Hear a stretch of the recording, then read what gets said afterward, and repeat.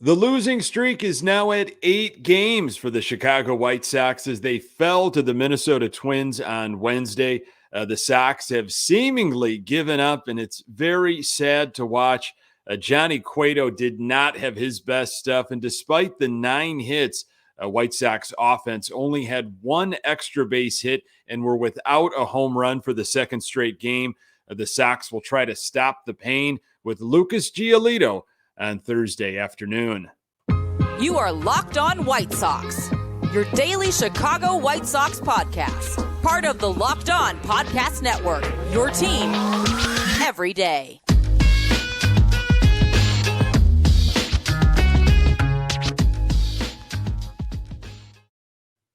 Hey, Sox fans, welcome to Locked On White Sox. Thank you for making Locked On White Sox your first listen each and every day. We're free and available on all platforms. Follow us on Twitter at Locked On Sox.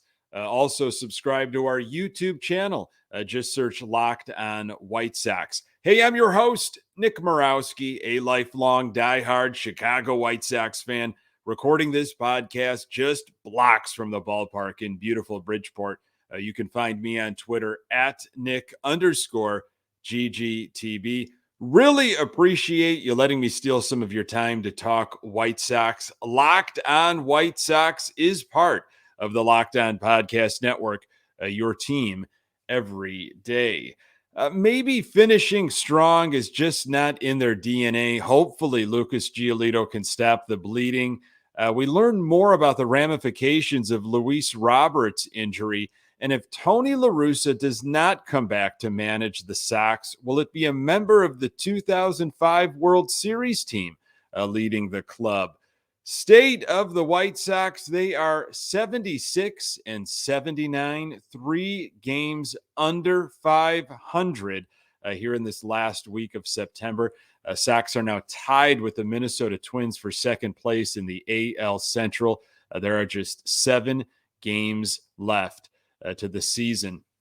White Sox fell to the Twins on Wednesday night, 8-4. White Sox are seemingly going backwards as an organization, as a team. It is sad to watch, sad to admit, and really sad to process. I've got, 1 foot still in this season, but I'm already looking ahead to what the offseason might bring, as I'm sure you are. Talking about, this situation with Tony La Russa, a lot of ideas floating around, depending on who you talk to, about if he does not come back, who could be the next White Sox manager. You hear AJ Pierzynski's name tossed around by fans when it comes to the next Sox manager. Willie Harris, another member of the 2005 team, has gone on record expressing his interest. And there are folks that are also calling for Ozzie Guillen to get the job. I get why Ozzie Guillen keeps getting mentioned. I really do. Trying to recapture the magic from 2005. When you are hurting, and the White Sox are hurting, the organization is hurting and clueless, the team is as well, it's only natural to want to turn to the thing that has brought you joy. I know people are tired of hearing about it. However, 2005 actually happened. There was a championship and a parade. And I know there is an active fan base that were just kids when the Sox won the World Series. They want their own 2005 type of experience, completely understandable. Sox won the World Series, of course, 17 years ago. And in my opinion, instead of trying to reproduce 2005 with Ozzie Guillen, we don't need a retread. And don't get me wrong here. There was a lot to love about that team. And Ozzie Guillen, for everything he has done for this organization, he should have number 13 retired. But I think we need a new voice, a fresh vision to guide this White Sox team moving forward. 2005 comes up for obvious reasons, but the following year, 2006, has been discussed quite a bit lately. The Sox failed to not only win the division that year, but they failed to make the playoffs, 1 year removed from winning the World Series. It was an extremely disappointing season, much like what we are dealing with here in 2022. I still find it so difficult to comprehend where the White Sox organization is at right now. There are fans calling for this team to be blown up and for a new rebuild to take place. I can't believe it. For starters, that's not necessary, nor will it happen. I think one, maybe two of the core six players could be gone, and there will be some tweaking, but I anticipate more changes in the coaching staff than in the roster. This was supposed to be so different. White Sox are in their championship window, had an opportunity to take the league by storm and truly run the city of Chicago, if that matters to you. Once again, 2005 gets talked about because a championship was indeed won. Not anticipated or predicted or promised. It actually happened. And we as Sox fans have that forever. But hopefully, 88 years doesn't go by before the next parade. Talking about the product that was put on the field on Thursday, there are a lot of injuries. Tim Anderson has been shut down. Michael Kopech, of course, will not be pitching again. Luis Robert, he is shut down as well. No Moncada on Thursday, or I'm sorry, on Wednesday. He fouled a pitch off of his foot late in the game on Tuesday. So he's got a bone bruise he's dealing with, and he is day to day. Let's go back to the Luis Roberts situation. Scott Merkin, White Sox beat writer for MLB.com, he tweeted some quotes from Luis Robert about playing through wrist hand pain. If you remember, some of those at bats, a lot of those at bats in that Cleveland series, and he did not look right. He was swinging with one hand. They were unproductive. Nothing was happening. He was used as a defensive replacement, pinch runner. Why the Sox continue to throw him out there? It seems like that was Robert's decision. They listened to Luis Robert. He wanted to help the team win and try to compete for a division title. When that was apparent, they shut Luis Robert down. So this was Robert talking about playing through the wrist and hand pain. Quote, throughout that process, I was making some bad habits that wasn't helping me. It wasn't helping the team. I was picking up bad habits with my swing, and that kind of backfired on what I was trying to do. Again, I think that was my mistake, end quote. And this is Robert on if his left hand wrist will need off-season work. Quote, I think they are going to check me up in 2 weeks or so. And then if I'm feeling good, or depending on the results of that checkup, then they will let me know what we are going to do, end quote. A confusing situation, just kind of got muddied up there. It'd be really disappointing if we hear that Luis Robert is going to have some sort of surgery that is going to delay spring training or the start of 2023. Just speculation. Don't like those quotes I'm hearing. Like that Luis Robert wanted to try to compete and play, but the White Sox should have stepped in and said, excuse me, I see what you're doing here. You cannot swing with two hands. We do not want you to be damaged further. You are precious to this organization. You are done. But that didn't happen, and then we will see what goes on now in the offseason. Johnny Cueto has had an impressive workout program in between starts. I'm going to tell you why it did him little good, though, on Wednesday against the Twins, and why the offense was no help again. More on that in a moment. Summer's winding down. The nights are getting longer, but the breeze isn't the only thing that's getting stiff. That's right. This episode is sponsored by BlueChew. Guys, we all know that confidence can take you far in life. That's especially true in the bedroom, especially when it's time to step up to the plate. That's where BlueChew comes in.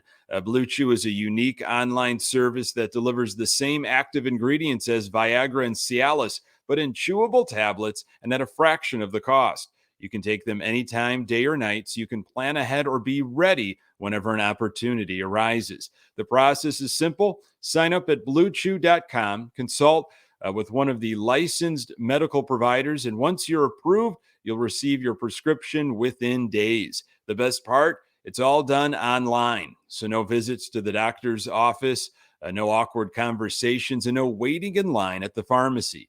Blue Chew's tablets are made in the US of A and prepared and shipped direct to your door in discreet packaging. It's time to get off the couch and back to work. If your tool needs an upgrade, head to BlueChew.com. So if you can benefit from extra confidence when it's time to perform, chew it and do it.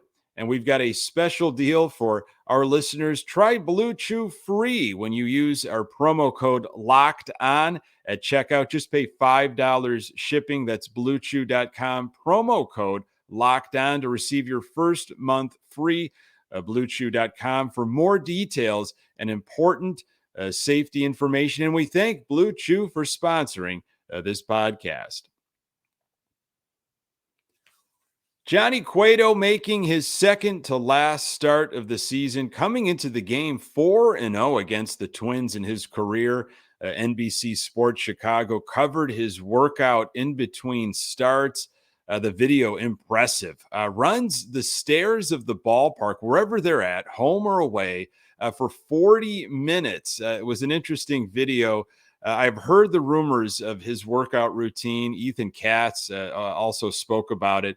Very impressive what Johnny Cueto does.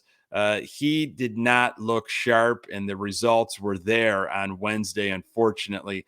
First inning, though, a simple 13-pitch inning for Cueto, 1-2-3.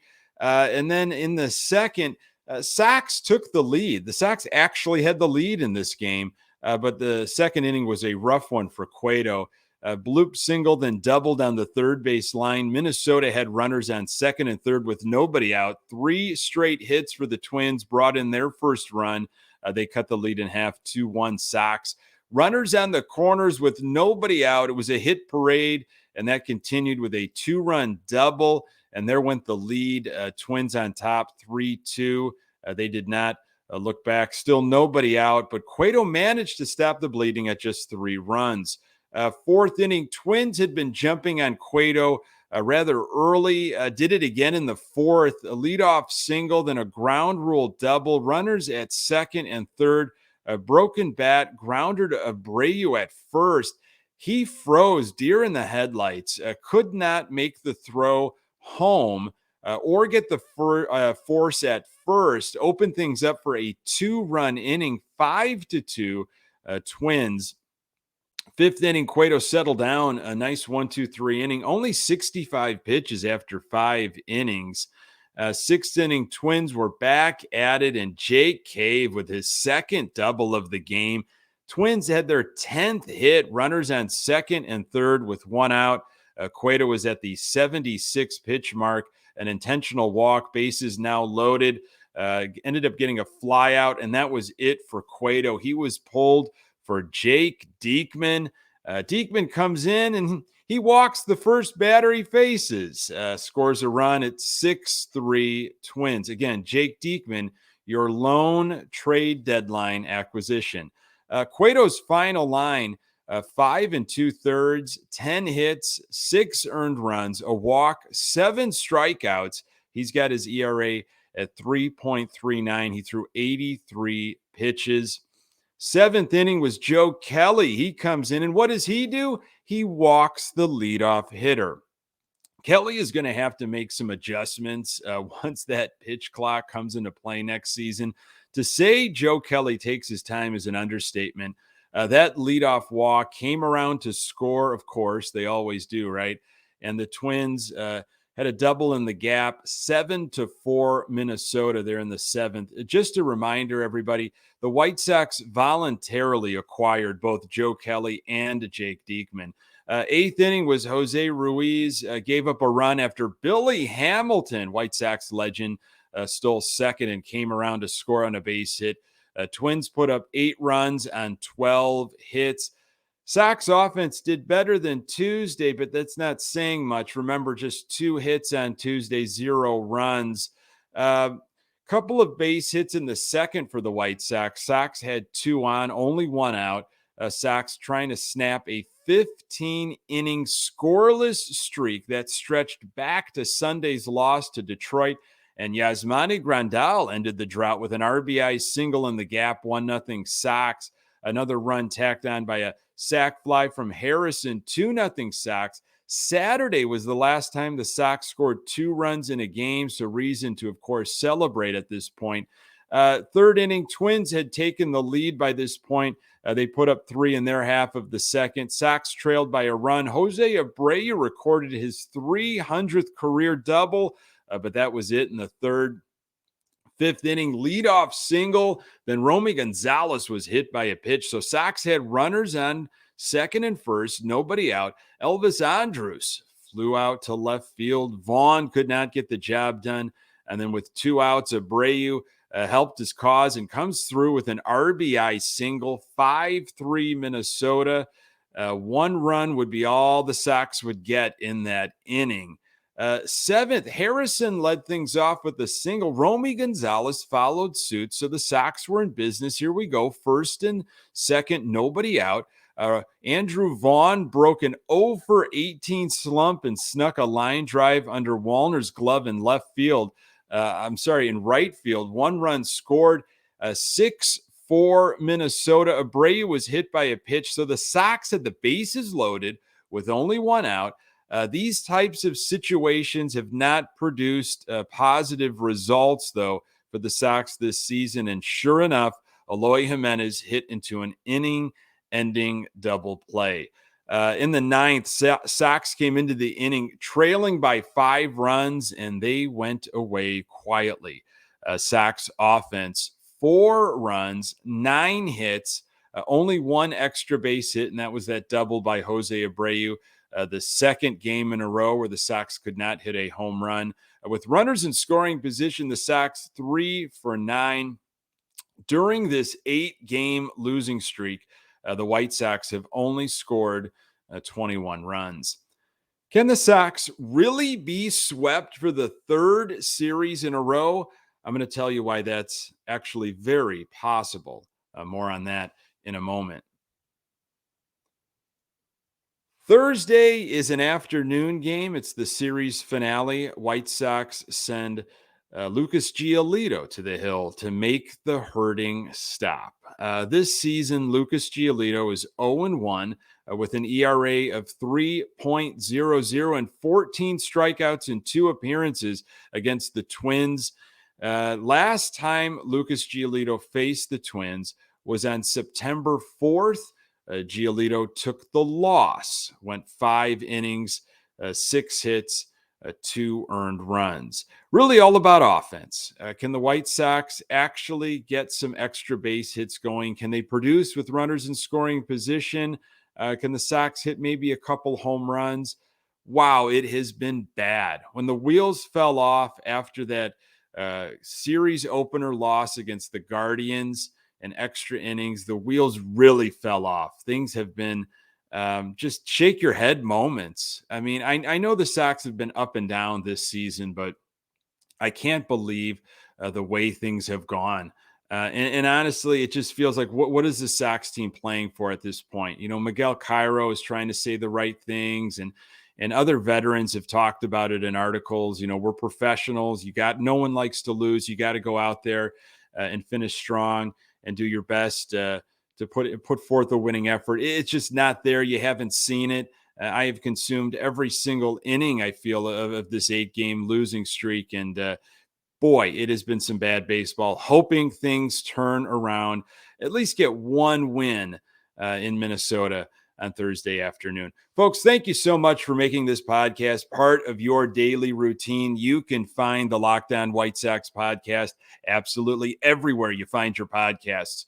We are on Twitter at Locked On Sox. You can find me on Twitter at Nick_GGTB. Thanks for making Locked On White Sox your first listen. Now make your second listen the Locked On MLB podcast. MLB expert Paul Francis Sullivan brings humor, passion, and unique perspective on every team and the biggest stories around the league.